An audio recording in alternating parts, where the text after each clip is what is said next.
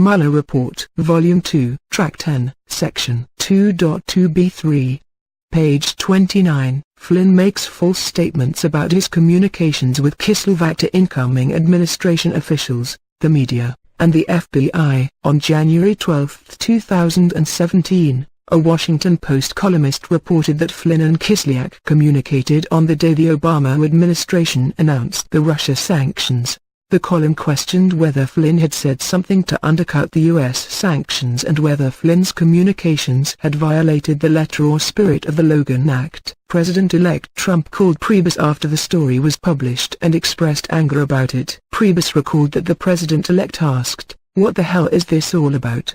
Priebus called Flynn and told him that the president-elect was angry about the reporting on Flynn's conversations with Kislyak. Flynn recalled that he felt a lot of pressure because Priebus had spoken to the boss and said Flynn needed to kill the story.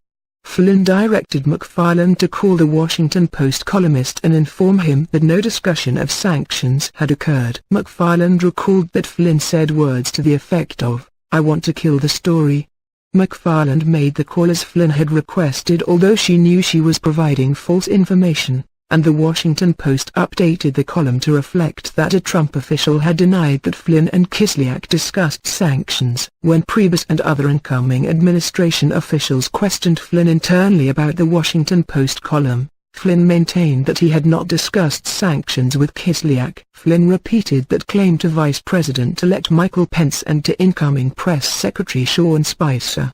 In subsequent media interviews in mid-January, Pence, Priebus, and Spicer denied that Flynn and Kislyak had discussed sanctions, basing those denials on their conversations with Flynn. The public statements of incoming administration officials denying that Flynn and Kislyak had discussed sanctions alarmed senior DOJ officials, who were aware that the statements were not true. Those officials were concerned that Flynn had lied to his colleagues, who in turn had unwittingly misled the American public, creating a compromise situation for Flynn because the Department of Justice assessed that the Russian government could prove Flynn lied. The FBI investigative team also believed that Flynn's calls with Kislyak and subsequent denials about discussing sanctions raised potential Logan Act issues and were relevant to the FBI's broader Russia investigation. On January 20, 2017, President Trump was inaugurated and Flynn was sworn in as National Security Advisor. On January 23, 2017,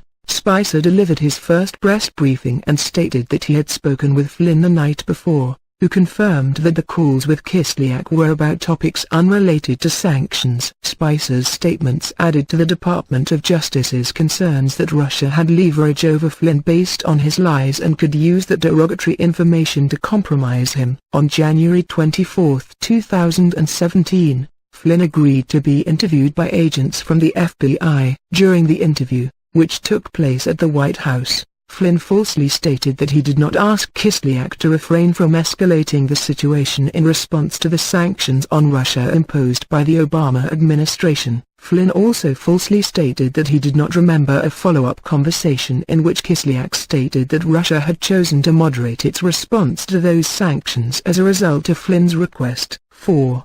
DOJ officials notify the White House of their concerns about Flynn. On January 26, 2017, Acting Attorney General Sally Yates contacted White House counsel Donald McGahn and informed him that she needed to discuss a sensitive matter with him in person. Later that day, Yates and Mary McCord, a senior national security official at the Department of Justice, met at the White House with McGahn and White House counsel's office attorney James Burnham. Yates said that the public statements made by the vice president denying that Flynn and Kislyak discussed sanctions were not true and put Flynn in a potentially compromised position because the Russians would know he had lied. Yates disclosed that Flynn had been interviewed by the FBI. She declined to answer a specific question about how Flynn had performed during that interview, but she indicated that Flynn's statements to the FBI were similar to the statements he had made to Pence and Spicer denying that he had discussed sanctions. McGahn came away from the meeting with the impression that the FBI had not pinned Flynn down in lies, but he asked John Eisenberg, who served as legal advisor to the National Security Council, to examine potential legal issues raised by Flynn's FBI interview and his contacts with Kislyak. That afternoon, McGahn notified the president that Yates had come to the White House to discuss concerns about Flynn. McGahn described what Yates had told him, and the president asked him to repeat it, so he did. McGahn recalled that when he described the FBI interview of Flynn, he said that Flynn did not disclose having discussed sanctions with Kislyak, but that there may not have been a clear violation of 18 U.S.C. Section 1001. The president asked about Section 1001, and McGahn explained the law to him, and also explained the Logan Act. The president instructed McGahn to work with Priebus and Bannon to look into the matter further and directed that they not discuss it with any other officials. Priebus recalled that the president was angry with Flynn in light of what Yates had told the White House and said, "Not again, this guy, this stuff."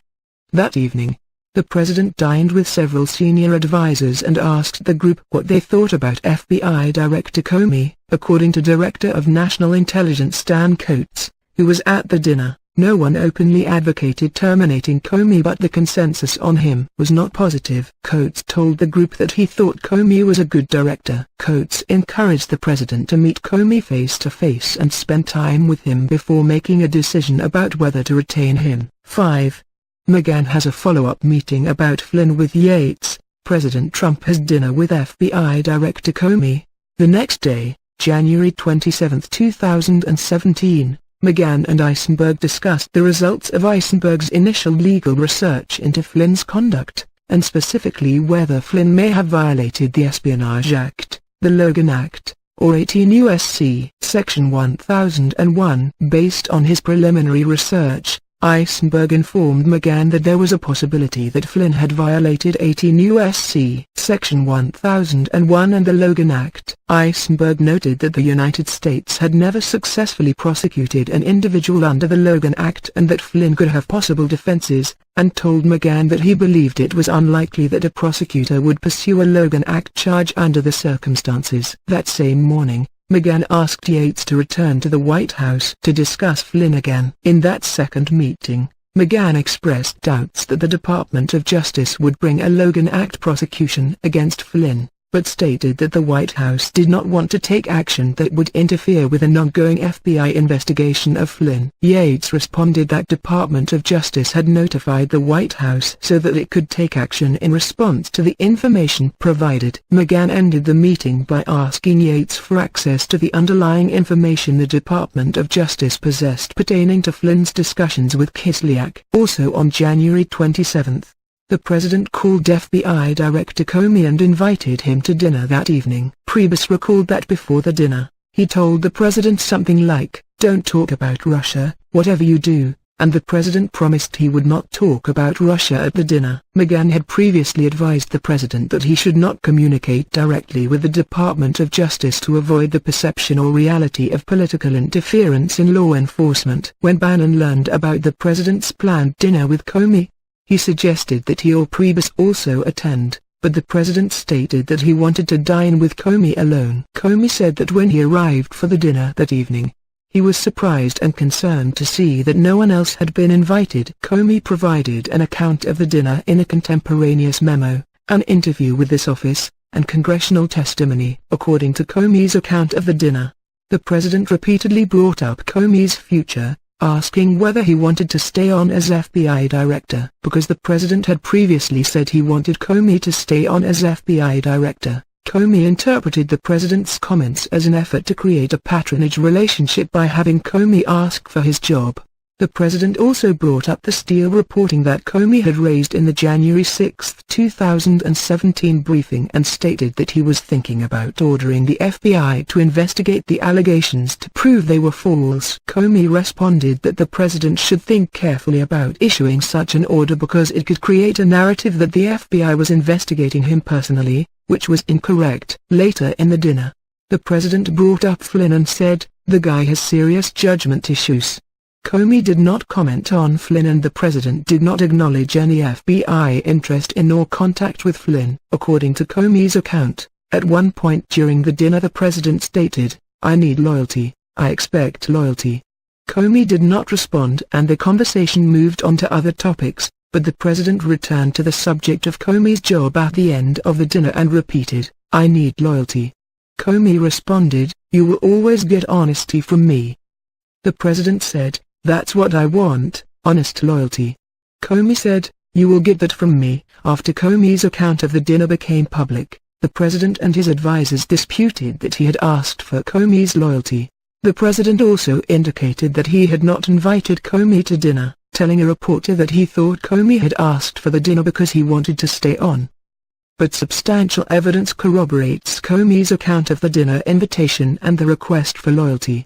The president's daily diary confirms that the president extended a dinner invitation to Comey on January 27. With respect to the substance of the dinner conversation, Comey documented the president's request for loyalty in a memorandum he began drafting the night of the dinner. Senior FBI officials recall that Comey told them about the loyalty request shortly after the dinner occurred, and Comey described the request while under oath in congressional proceedings and in a subsequent interview with investigators subject to penalties for lying under 18 U.S.C. Section 1001. Comey's memory of the details of the dinner, including that the president requested loyalty, has remained consistent throughout.